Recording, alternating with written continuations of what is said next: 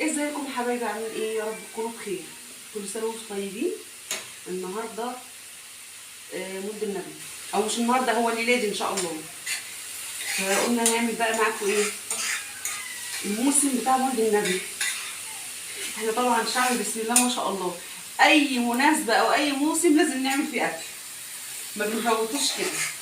فقلت النهارده نسمي الله كده ونصلي على الرسول عليه افضل الصلاه والسلام بمناسبه النهارده المولد النبوي الشريف. تعالوا نعمل مع بعض الغدا بتاع الموسم او العشاء. انا في بلاد بتعملها غدا، وفي بلاد بتعملها ايه، عشاء. فتعالوا كده مع بعض واحده واحده ونعمل اكل مولد النبي. البصله تشويحه، هننزل باللحمه.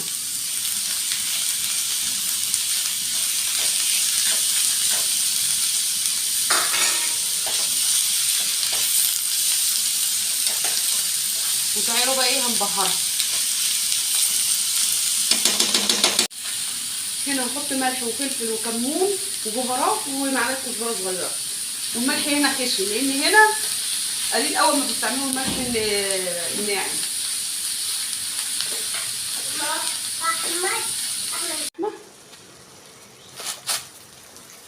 انا سلقت اللحمه طبعا نسلوها عادي.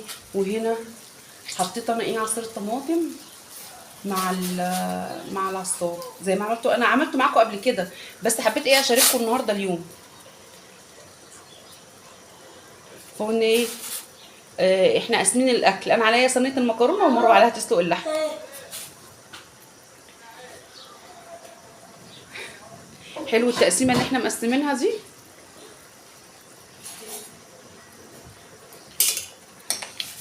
وطبعا زي ما كلنا عارفين وزي ما قلت قبل كده، احنا مش هنحط اي بهارات او اي حاجه على اللحمه الا لما تغلي، عشان نشيل ايه الزفاره اللي بتطلع على الوش. وهنا هسيب طبعا اللحمه تتعصج براحتها كده، وعلى الهادي يا زبادي.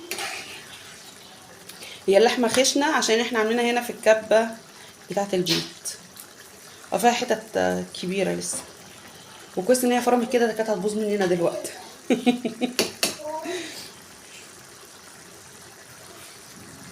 فكده بقى ايه، ننتقل للمرحله اللي بعدها. زي ما انتم شايفين كده، اي شوربه عشان تطلع معاكي حلوه لازم تسيبي الحاجه تغلي الاول، وبعدين تطلعي الايه الزفاره بتاعتها بالمنظر ده كده. فواحده واحده كده، ونلم ده كله. وبعد كده بتحطي بقى بهاراتك وبصلك وجزرك وكل اللي انت نفسك فيه بتحطيه. فانا ايه، هلم ده الاول وبعدين ايه ارجع احط البهارات. بصوا كده خلاص، انا حطيت البهارات وحطيت البصل وحطيت طماطمايه وسبتها ايه تتسلق. ماشي، يعني انا مش جايبه تفاصيل كتير النهارده، يعني حبيت بس ايه مشاركه خفيفه كده. هنا حطيت الزيت يقدح وهنزل عليه بالدقيق. وطبعا كلنا عارفين ان قد الزيت او السمنه او الزبده قدهم دقيق، بس انا قلت لكم قبل كده يعني الحمد لله بقت الحوار معايا ايه، ايدي عارفه المعيار، فعشان كده ما بقعدش اعاير بالمعلقه والكلام ده. ندي طبعا الدقيق تحميصه كده. والجماعه اللي ما بيعرفوش يعملوا البشاميل، قلبي الدقيق في اللبن على البارد، وبعد كده تغليه على النار وتحطي له حته الزبده او حته السمنه بس.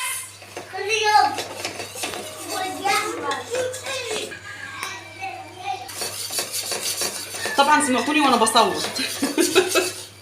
من عيال مروه، لا عيال هاني يا جدعان، خلينا احنا كده. ربنا يخلي ابوك. ايوه ربنا يخلي ابوك. عيال مروه وهاني عشان محدش فيهم يزعل. العيال اقول لهم بس مفيش بس، اسكتوا مفيش اسكتوا. وبعدين ايه، ابقى قاعده لوحدي وساعه ما اجي اعمل حاجه تلاقيهم فوق دماغي. بيحبوك قوي، بيحب يولع في الذره. بصوا كده خلاص، حمصنا الدقيق وبسرعه بسرعه بقى عشان ما يكلكعش مننا. في ناس بقى بتحب تشيله من على النار وتضيف اللبن بره وتقلب، ماشي، او تقعد تحط شويه شويه. يعني كل حاجه متاحه، وخصوصا للي لسه بيتعلم. انا حاطه كده لتر حليب ولسه هزود تاني، بس ايدي ايه في التقليب بسرعه. ممكن بقى تزودي حليب تاني. لو ما عندك شويه شوربه زودي شوربه، لو ما فيش ابسط الاشياء زودي شويه ميه، وانت كده هتحطي ايه فيها مكعبات مرقه هتديها طعم. بصوا انا كده زودته كمان نص لتر حليب عشان عامله لترين ونص لتر ميه.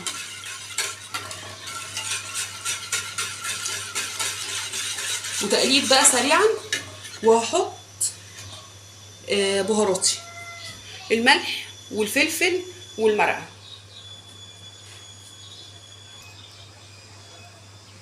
ملح على فلفل مع بعض. انا يا جماعه بشتغل بالمتاح قدامي، يعني مفيش حاجه اسمها ده موجود وده مش موجود. واخده راحتك في كل حاجه. واخده راحتي في كل حاجه.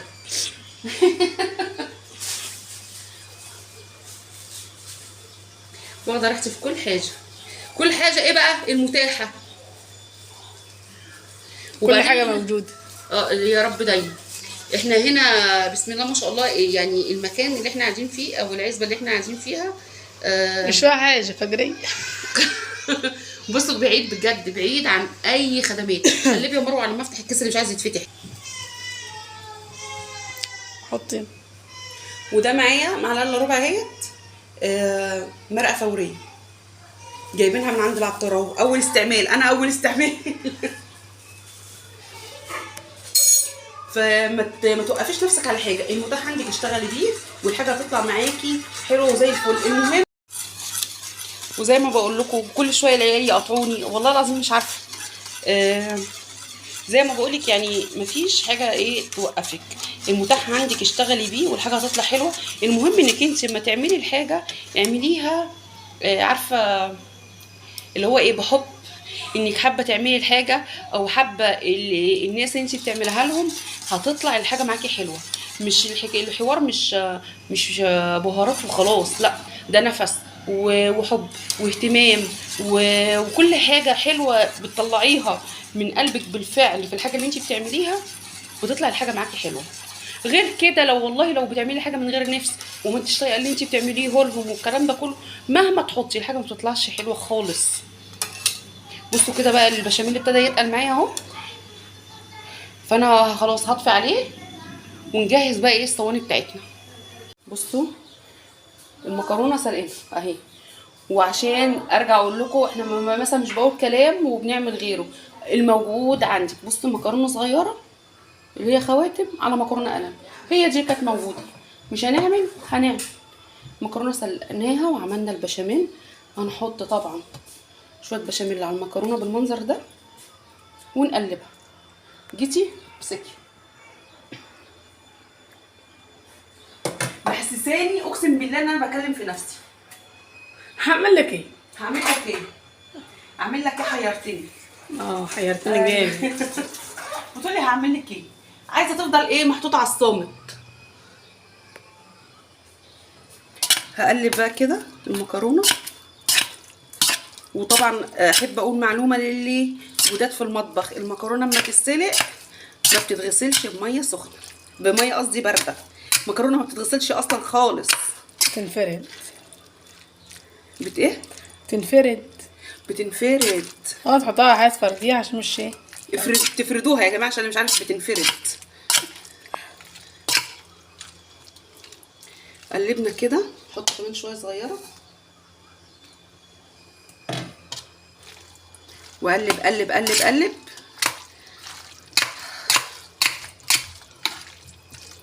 بتغلفي المكرونه بالبشاميل عشان المكرونه لما تحطيها تمسك كده مع بعضها حلو. ودي الصينيه انا حاطه فيها شويه زيت اهو بالمنظر ده اهو، واحط كبشتين بشاميل تحت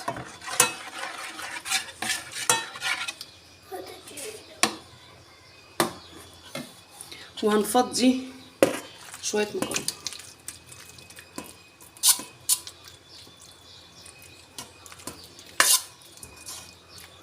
نحط شويه شويه كده ونفرد في قعر الصينيه. شويه دول انا مش عاملاهم طبعا لصينيه واحده،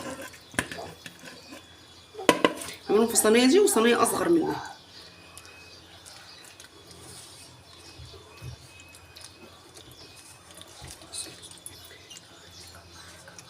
اقعدي اقعد بلاش وشوش، تقعد من غير عياط. هنحط بقى نوزع اللحمه كده بالمنظر ده، وهحط الطبقه التانية في حته المكرونه. جميله. دي حته جميله عشان انا اللي عاملاها. هفرد بقى اللحمه كده واحط الطبقه التانية، او افرد اللحمه وارجع لكم. بس ركزي هنا. طيب اسكت، طيب اسكت يا احمد. كده نحط الطبقه التانية في المكرونه اهي، ونفرد برضو على وش الصينيه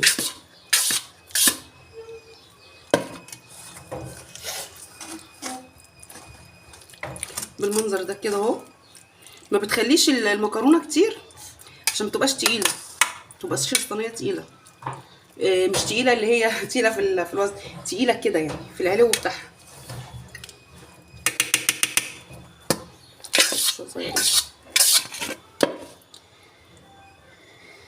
بالمنظر ده. وتعالوا احط بقى البشاميل على الوش. بس هنا بقى في ناس زي ما احنا متعودين بنحط موتزاريلا، في ناس بتحط بيض. الموجود عندك حطيه. انا دلوقتي لا حاطه بقى موتزاريلا ولا حاطه بيض. ليه؟ عندكم موتزاريلا؟ لا عندنا بيض. البيضتين اللي انت بتحوشي فيهم لصينيه الكيكه بقى لك قرن. لا في واحده زياده. طب في واحده زياده ممكن نطقشها هنا يا جماعه. بس انا جيت الصراحه يعني ما بستلطفش البيض على وش المكرونه خالص. بحس ان هو ايه حاجه رخمه، حاجه مش مستحبه.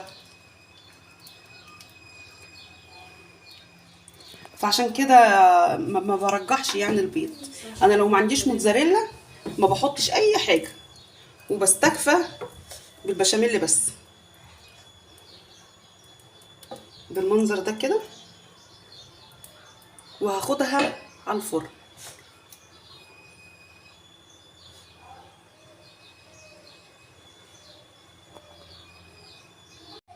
بصوا بقى ادي الفرن ايه، انا شغلته وسخنته ماشي، وشغلته ايه من فوق وتحت مع بعض.